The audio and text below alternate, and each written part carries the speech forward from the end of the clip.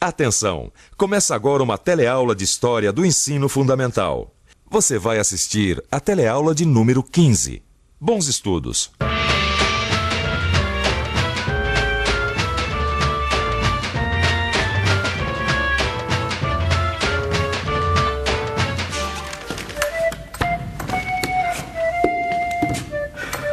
Olha só a mala que sobrou pra mim, Vicente. Ai, meu Deus, e agora? Vou carregar isso aqui. Ô, Vicente. Oi. Você não vai se trocar? Nós vamos começar a gravar daqui 1 minuto, rapaz. Desculpa, eu me entretive aqui lendo o jornal. Eu começo a ler notícias de política, eu esqueço da vida. Mas eu fico pronto num minuto. Pode deixar. Comer, coçar e falar de política é só começar, não é verdade? E política é justamente o tema da nossa aula de hoje. Nós vamos ver como era a política no Brasil depois da independência, desde a coroação de Dom Pedro I até a sua renúncia. Bom, a gente começa assim que ele se vestir. Não é mesmo, companheiro? Não falei que eu ficava pronto num minuto?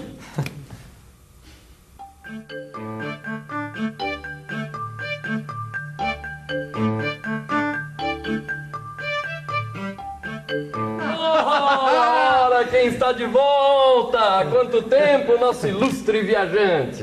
Eu saí daqui logo depois da independência, 1822. Nós estamos em 1831. 9 anos. Não faz tanto tempo assim. E como sempre, eu volto ao Brasil cheio de histórias para contar. Ei, eu disse que estou cheio de histórias para contar. Eu ouvi. Então continua ouvindo, Aras. Parece até que não ficou interessado. Olha, você vai me desculpar, mas do jeito que vão as coisas, a única história que anda me interessando é a história do Brasil. Mas que história? Nós acabamos de ficar independente, não fazem nem... 9 anos, o tempo que você esteve fora. E vai dizer que eu perdi muita coisa. E vai dizer que a renúncia de Dom Pedro I é pouca coisa. Por essa eu não esperava. Eu saí daqui, ele tinha acabado de ser coroado. Eu voltei, ele tinha acabado de renunciar ao trono. Agora, eu acho que essa história está muito mal contada. Não. É você que está mal informado. Mas deixa comigo que eu vou te contar essa história direitinho. Independência ou morte! Mas não foram só os brasileiros que comemoraram os novos tempos. Os portugueses que viviam aqui desde a vinda da família real se uniram para dar apoio político ao imperador Dom Pedro I e formaram um grupo que ficou conhecido como Partido Português. Já os brasileiros se dividiram em 2 grupos, os democratas e os aristocratas. E cada partido tinha uma ideia diferente de como o Brasil devia ser governado, certo? Exatamente. Os portugueses queriam que o imperador tivesse poder absoluto, sem limites. Já os democratas pensavam o contrário, que o poder deveria representar a vontade da maioria. E os aristocratas, por sua vez, achavam que o imperador deveria ter poder sim, mas limitado pela Constituição. E afinal, quem ganhou essa disputa? Pois é, os 3 partidos foram eleitos para a Assembleia Constituinte. Mas quando começaram os trabalhos, em 1823, os aristocratas já tinham dado um jeito de expulsar os democratas da política. Então essa disputa ficou entre os portugueses e os aristocratas. Mas não por muito tempo, não. Peraí, como assim? O que acontece é que o imperador fechou a Constituinte e nomeou uma comissão para elaborar a lei máxima brasileira à sua medida, a Constituição Política do Império do Brasil. Isso já foi no ano de 1824. O poder estava todo concentrado nas mãos dele.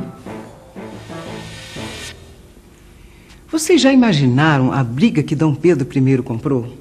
De um lado, o imperador e os portugueses, do outro, os brasileiros. E o campo de batalha era a nossa primeira Constituição. Mas o que é realmente uma Constituição? E por que ela é tão importante? Vamos ver?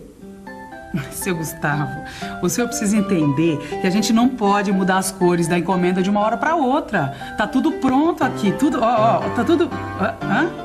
Quem é que vai arcar com esse prejuízo? Tá bom, eu vou ver o que eu posso fazer. Até mais.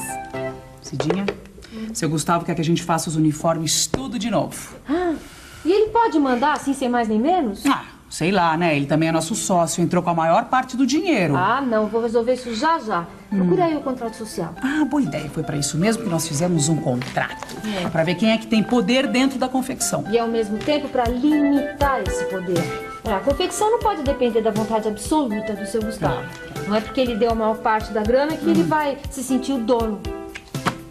Contratos e constituições são coisas parecidas. Ficou mais claro?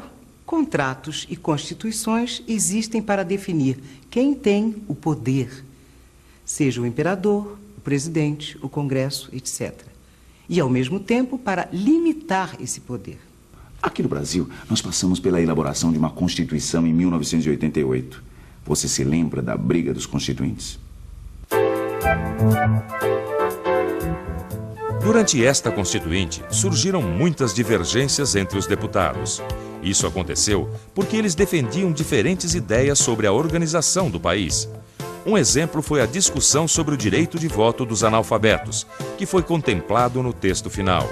Outras questões, como reforma agrária e direitos dos trabalhadores, também dividiram as opiniões dos deputados. O resultado dessas discussões determinou os direitos e deveres de todo cidadão brasileiro. Entendeu agora por que uma Constituição é tão importante? Não foi à toa que houve tanta briga por ela no Primeiro Império. Dom Pedro I, que ganhou o primeiro round, dissolveu a Assembleia Constituinte e impôs a Constituição ao país. A Constituição imposta por Dom Pedro I era centralizadora e conservadora. Centralizadora porque concedeu ao imperador um grande controle sobre o sistema político. Ele possuía o poder moderador que lhe dava o direito de dissolver o parlamento e nomear juízes e a autoridade máxima de cada província. Conservadora porque mantinha a escravidão e limitava a participação política dos cidadãos através do voto censitário. Para ser eleitor ou candidato, o cidadão precisava ter uma determinada renda anual. Isso impedia as camadas populares de votar. Ah, então Dom Pedro enfiou a Constituição de 1824 goela abaixo do povo e todo mundo ficou de boca fechada? Não, senhor. Teve gente que pôs a boca no trombone. Foi aqui na província de Pernambuco que os ventos revolucionários começaram a soprar contra o imperador. Liderados por Frei Caneca, os membros da Câmara da cidade de Recife se recusaram a aceitar a Constituição de 1824. Os recifenses tomaram o poder na província e logo receberam o apoio da Paraíba, do Ceará e do Rio Grande do Norte. Juntos, eles criaram uma república, que foi batizada de Confederação do Equador. Me diga uma coisa, que fim levou essa história da Confederação do Equador? Ih, acabou mal. Os líderes do movimento tinham ideias muito liberais. Perderam o apoio dos comerciantes e dos senhores de terra. O governo central mandou as tropas para lá e acabou com tudo. Os líderes foram condenados à morte. O Frei Caneca queria que a Constituição fosse fruto de um acordo, um pacto entre as províncias e o imperador. Uma Constituição a favor da liberdade dos cidadãos. Frei Caneca era um liberal. Daí a sua briga com Dom Pedro, que era um autoritário. Quer dizer, queria ser a única autoridade do país. Frei Caneca foi executado, mas suas ideias não morreram. Continuaram a se espalhar pelo Brasil. Dom Pedro I ganhou a batalha, mas tinha começado a perder a guerra.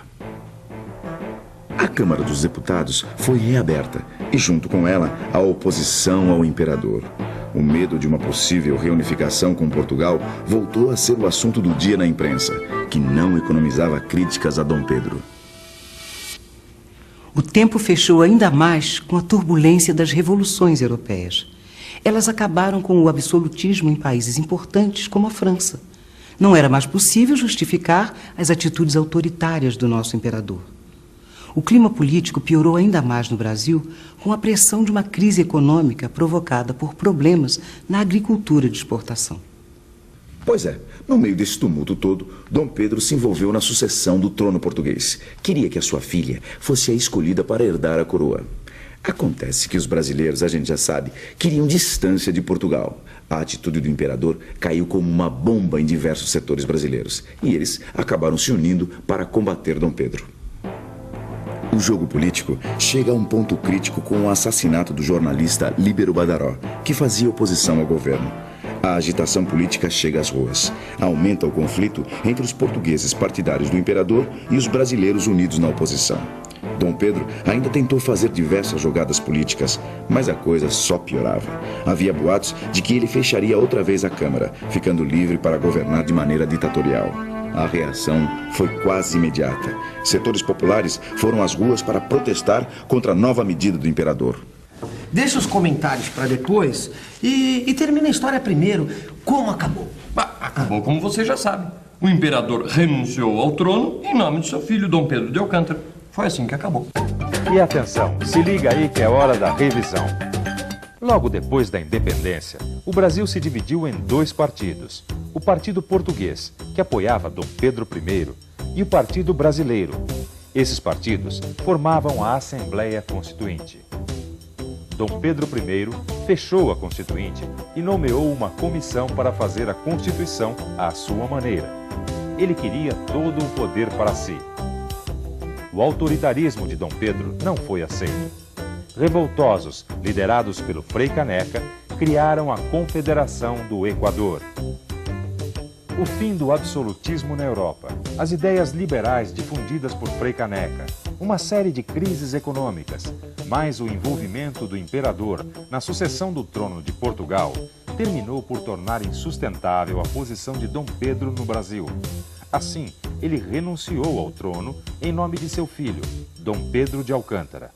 A renúncia do imperador foi uma grande vitória dos grupos políticos brasileiros. Acabou-se o medo da reunificação com Portugal.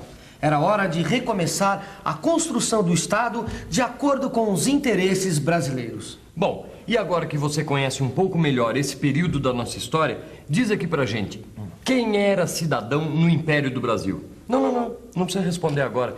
Consulte seu livro. Investigue você também a nossa história.